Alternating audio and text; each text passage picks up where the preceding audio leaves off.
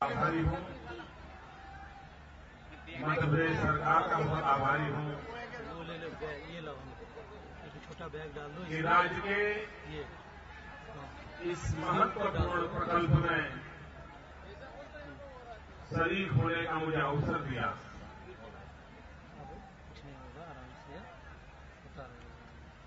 कल तक मध्य प्रदेश की जब भी बात आती थी तो एक बीमारू राज्य के रूप में आती थी। मध्य प्रदेश का नागरिक भी कहीं बाहर जाता था तो आंख से आंख मिलाकर के बात नहीं कर पाता था, वो संकोच अनुभव करता था। लेकिन शिवराज जी ने अपने इस छोटे से कार्यकाल में भी मध्य प्रदेश की शकल सूरत बदल दी है, मध्य प्रदेश को बीमारू राज्य से बाहर निकाला है और एक प्रकार से मध्य प्रदेश ने देश की बहुत बड़ी सेवा की। और इसलिए शिवराज जी अनेक अनेक अभिनंदन के अधिकारी हैं।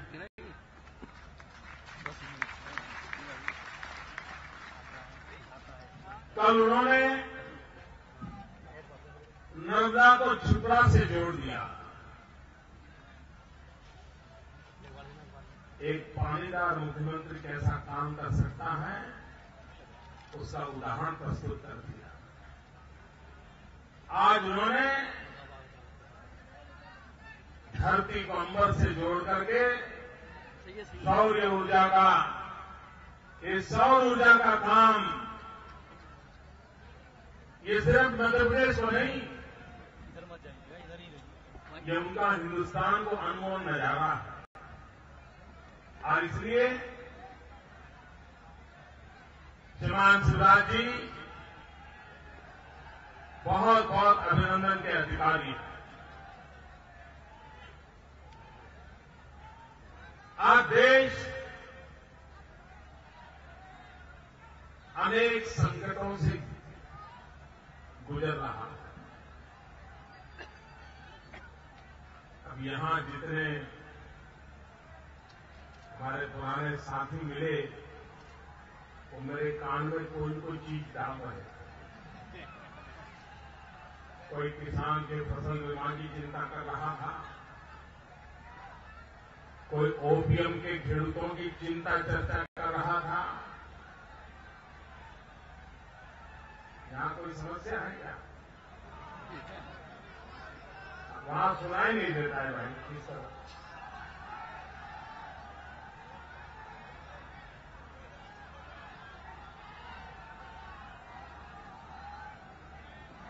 मेरी आवाज आपको पहुंचे या न पहुंचे, वक्त का तकाजा है कि आपकी आवाज मेरे पास पहुंचनी चाहिए।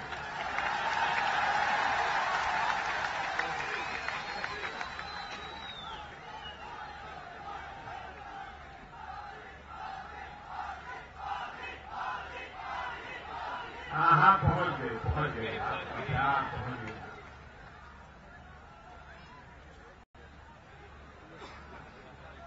कोई मेरे कान में फसल बीमा योजना की चिंता जताता था आकर के,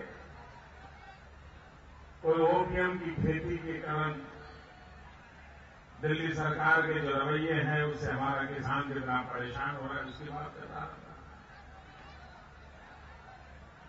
कोई बीएसएफ के जवान अपनी कठिनाई के लिए ज्ञापन भेज रहे हैं। लगता ऐसा है कि सबने मान लिया है कि अब आगे काम किसको करना है।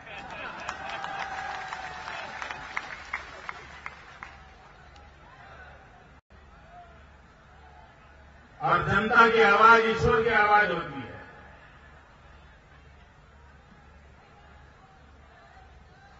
देश ने इतने प्राकृतिक संसाधन होने के बावजूद इतना सामर्थ्यवान देश होने के बावजूद, इतने ऊर्जावान नौजवान होने के बावजूद भी 21वीं सदी में तेज गति से हिंदुस्तान को उड़ना था, दौड़ना था। इस दशक में देश लुढ़क गया। अकेले ऊर्जा क्षेत्र को देखें, भाइयों बहनों, देश में एक तरफ अंधेरा है, दूसरी तरफ 20,000 मेगावाट बिजली के कारखाने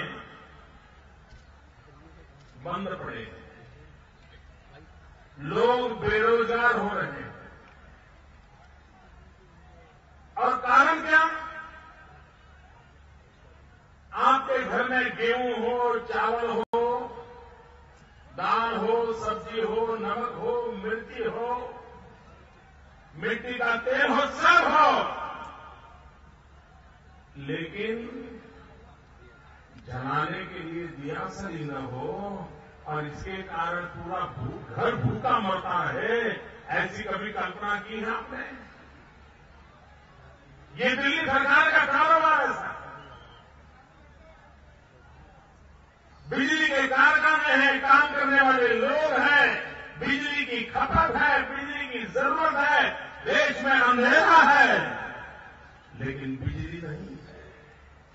क्यों? बिजली पैदा करने के लिए जो कोयला चाहिए, वो कोयला उपलब्ध नहीं है। कोयला क्यों उपलब्ध नहीं है? तो कभी एनवायरमेंट के नाम पर, कभी पॉलिसी पैरालिसिस के कारण, कभी भ्रष्टाचार की सीमाओं पार कर जाने के कारण, सुप्रीम कोर्ट की नाराजगी के कारण सारा का सारा कारोबार ठप पड़ा।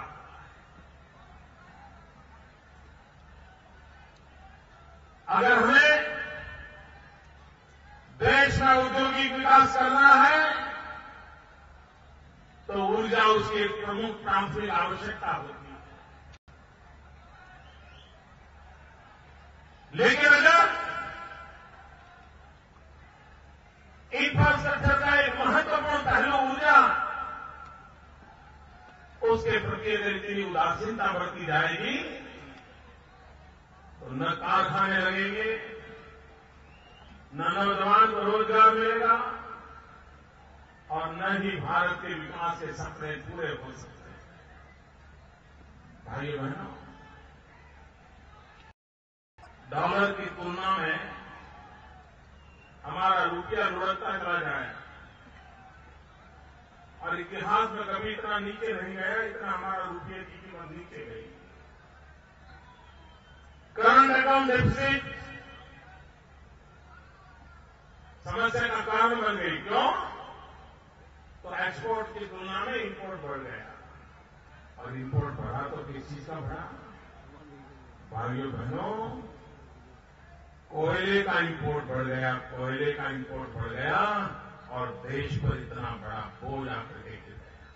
कोयले की खदानें हैं, हमारे पास कोयला है, भारत के पास कोयला रिजर्व में कोई कमी नहीं है, लेकिन दिल्ली सरकार में दम नहीं है। और उसी का नतीजा भारत को आर्थिक रूप से सामर्थ्यवान अगर बनाना है तो एनर्जी के क्षेत्र में हमें स्वावलंबी होने की दिशा में एक रणनीति तय करनी होगी, योजना बनानी होगी, एक मिशन मोड पे काम करना होगा। भाइयों बहनों, आज के युग में पावर सेक्टर का महत्व बहुत बढ़ गया। पावर एक महत्वपूर्ण पहलू है, लेकिन पावर की तरफ देखने में अंतर है। हम जिस परंपरा में पले बढ़े हैं, चाहे नरेंद्र मोदी हो या शिवराज जी हो,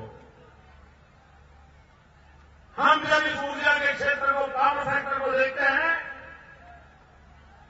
तो हमारा कमिटमेंट होता है पावर टू एम्पावर पीपल। लेकिन दिल्ली में बैठे हुए लोग, उनके लिए पावर की परिभाषा अलग है। उनके लिए तो एब्सोल्यूट पावर, करप्ट एब्सोल्यूट। उनके लिए पावर करप्शन का स्रोत बन गया है। हमारे लिए पावर सामान्य मानव को एम्पावर करने का एक साधन बन गया है। ये सोच में अंतर है। भारत जैसा देश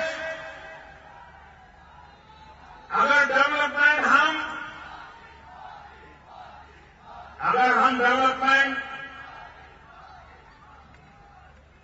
एनवायरमेंट फ्रेंडली नहीं करते हैं, विकास और प्रकृति पर्यावरण की रक्षा नहीं करते हैं, तो विकास हमारे लिए भी संकट बन सकता है। और एनवायरमेंट फ्रेंडली विकास का एक सबसे बड़ा माध्यम है प्राकृतिक संसाधनों से ऊर्जा का उत्पादन। सीमांत राज्य ने सोलर पावर प्रोजेक्ट को लेकर के न सिर्फ बिजली के क्षेत्र में कदम रखा है, लेकिन उन्होंने हमारी भावी पीढ़ियों की रक्षा का भी आज शिलान्यास किया है। हमारी आने वाली पीढ़ियां सुरक्षित रहे, उनको ये प्राकृतिक संसाधनों का अधिकार मिले, उनके लिए पानी बचे, उनके लिए अच्छी हवा बचे, उनके लिए पेड़ पौधे बचे, उनके लिए प्राणवायु बचे। आने वाली पीढ़ियों की चिंता करने वाला व्यक्ति ही देश और दुनिया में अपनी याद छोड़ करके जाता है।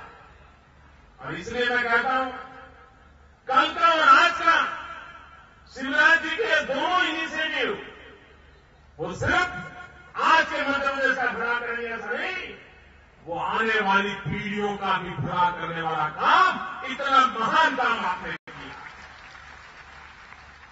और इसकी तुलना उपलब्धना होनी चाहिए। इसकी तुलना इस बात पर नहीं होनी चाहिए कि कितने घरों में लट्टू जलेगा और कितने घर गांव में बिजली के खंभे पर लट्टू जलेगा। इतना सीमित हेतु से इस महान काम को नहीं देखा जा सकता। भाइयों बहनों, हमारे देश, अगर पूरे देश का चित्र को जरा सामने ले, तो परमात्मा ने कितनी उत्तम व्यवस्था हमारे लिए की है। लेकिन दुर्भाग्य से 60 साल तक शासकों ने न कभी हमारी सामर्थ्य को जानने की कोशिश की है, न इस सामर्थ्य को विकास के लिए काम में लाने की चिंता की। हमारा पूर्वी हिंदुस्तान, जहां पहाड़ हैं, जहां ज्यादा बारिश है, वहां बहुत बड़ी मात्रा में पानी है,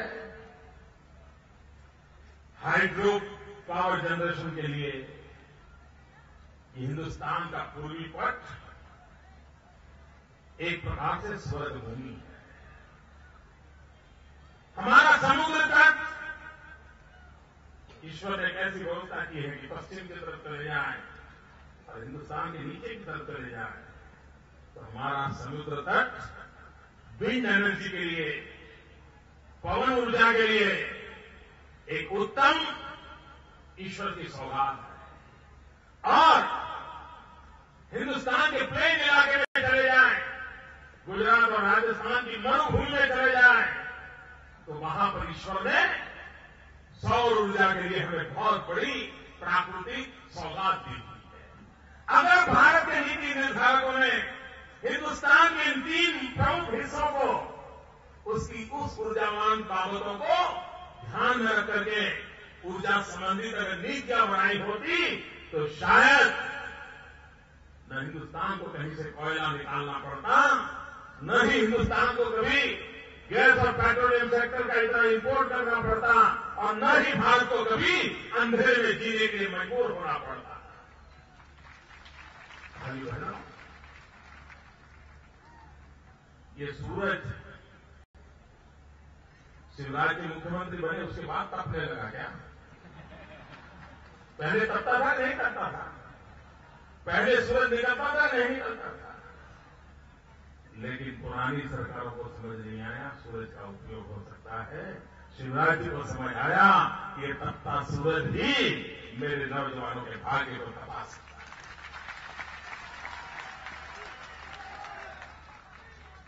ये नर्मदा पहले भी रह रही थी, शिप्रा पहले भी सूखी पड़ी थी, लेकिन कोई शिवराज चाहिए जिसको नर्मदा और शिप्रा को जोड़ने का मन कर जाए, तभी तो बदलाव आता है। और इसी के कारण आज मध्य प्रदेश बीमारू राज्य से बाहर निकल गया।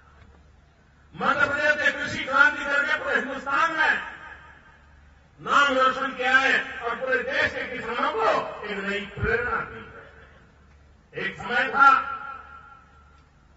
कृषि विकास की जब भी बात आती थी तो गंगा, यमुना, कृष्णा, गोदावरी, इन्हीं पट की व्यवस्थित उसी इलाके के किसानों का नाम आता था। पंजाब, हरियाणा के किसानों का नाम याद आता था। पहली बार हिंदुस्तान के कृषि विकास में 3 उन राज्यों का नाम आया है जो कभी कृषि के क्षेत्र में नाम नहीं कमाया था। वो है छत्तीसगढ़, वो है मध्य प्रदेश और वो है गुजरात। जहां कृषि उत्पादन की संभावनाएं बहुत कम थी, जो छत्तीसगढ़ बाहर से चावल न आए तो भूखा रहता था, वो छत्तीसगढ़ आज हिंदुस्तान के 4 राज्यों को चावल खिला रहा है। गेहूं के भंडार कभी पंजाब भरता था, आज गेहूं के भंडार मेरा मध्य प्रदेश का किसान भर रहा है। भाइयों बहनों, जो बदलाव आया है और इसलिए ग्रीन रिवॉल्यूशन हमारे देश ने देखा है। हमारे देश ने व्हाइट रिवॉल्यूशन देखा है। हिंदुस्तान के तिरंगे के 3 रंग हैं।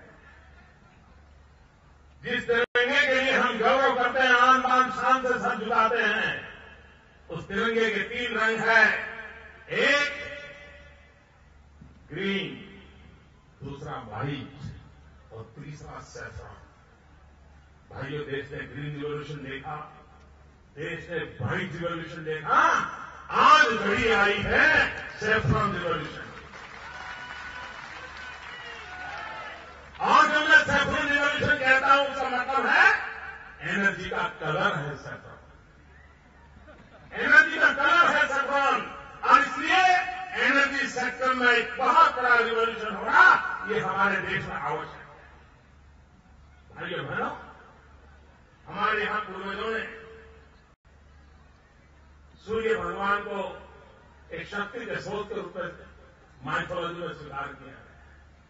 और ये कहा गया है कि सूर्य भगवान का रथ 7 घोड़ों पर सवार होता है। 7 घोड़ों पर सूर्य भगवान का रथ चलता है।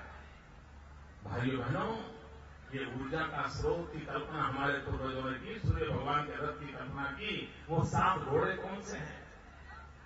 भाइयों बहनों, ये सूर्य भगवान का रथ, ये ऊर्जा का रथ, इसके जो 7 घोड़े हैं, एक है कोयले पर आधारित ऊर्जा, दूसरा है गैस पर आधारित ऊर्जा, तीसरा है हाइड्रो पर आधारित ऊर्जा, पानी पर आधारित, चौथा है सूर्य शक्ति के आधार पर ऊर्जा, पांचवा है बायोमास के आधार पर ऊर्जा, छठा है न्यूक्लियर एनर्जी, 7वां है विंड एनर्जी।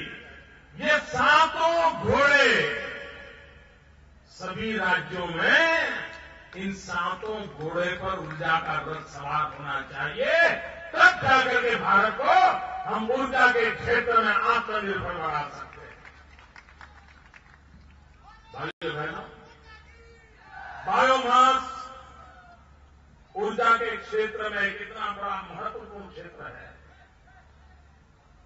कल तक अपने शहर का, गांव का, नगर का कूड़ा कचरा हमें बोझ नजर आता था, गंदगी हमें परेशान करती थी।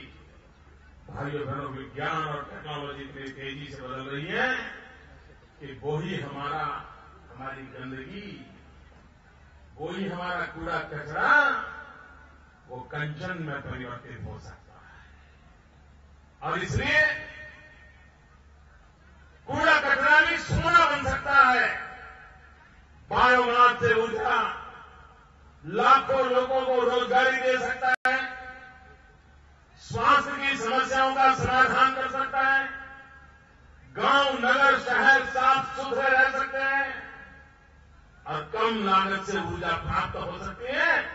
जिस प्रकार से विंड एनर्जी का महत्व बढ़ा है, जिस प्रकार से सोलर एनर्जी का महत्व बढ़ा है, उसी प्रकार से हिन्दुस्तान के हर कोने में बायोमास आधारित एनर्जी, उस पर भी हमें बल देने की आवश्यकता है।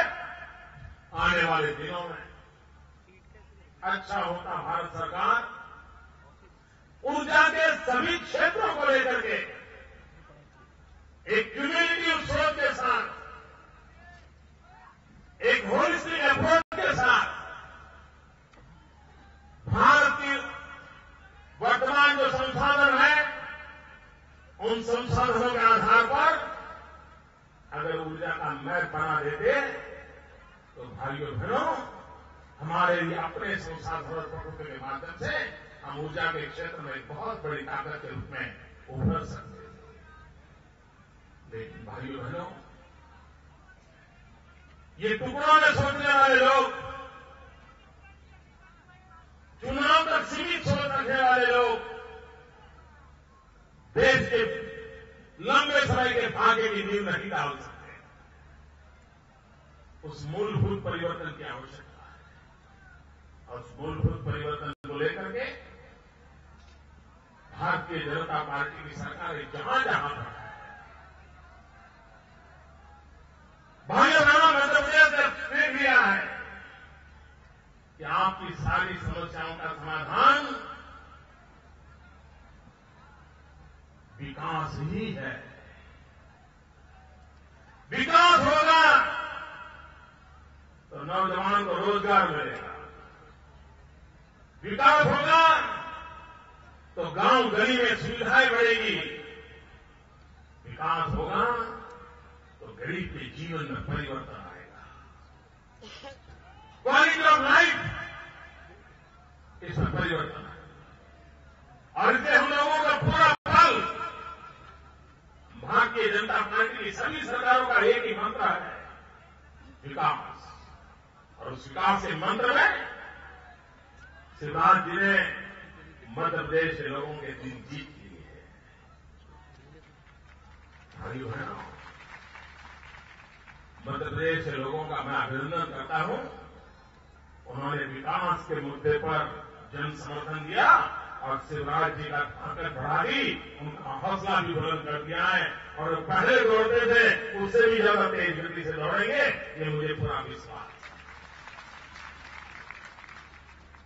भाइयों बहनों, मैं अधिक समय और विषयों को जानना नहीं चाहता हूं। आपके बीच तो जानने का अवसर मिला, मैं फिर एक बार मध्य प्रदेश सरकार का बहुत आभारी हूं। और ऊर्जा के क्षेत्र में भारत आत्मनिर्भर स्वावलंबी बने, उस दिशा में कोई मुश्किल काम नहीं है। थोड़े से कदम उठाएं, हम स्थितियों को बदल सकते हैं। मैं शिवराज जी को फिर एक बार, उनकी पूरी टीम को फिर एक बार, आने वाली पीढ़ियों के लिए, उनके कल्याण के लिए, उनको सुखमय जिंदगी के लिए आज इस धरती पर एक महत्वपूर्ण नींव डाली है, इसके लिए मैं उनको बहुत बहुत बधाई देता हूं। जय। मेरे साथ बोले भारत माता की, ऐसे नहीं पूरी भारत माता की, भारत माता की। बहुत बहुत धन्यवाद माननीय नरेंद्र मोदी साहब। अब मैं राजस्थान ग्रुप की ओर से आमंत्रित कर रहा हूं श्री विनीत मित्तल जी को। श्री विनीत मित्तल जी पधारें और माननीय नरेंद्र मोदी को स्मृति चिन्ह भेंट करें। माननीय शिवराज सिंह जी मुख्यमंत्री मध्य प्रदेश को स्मृति चिन्ह भेंट करें।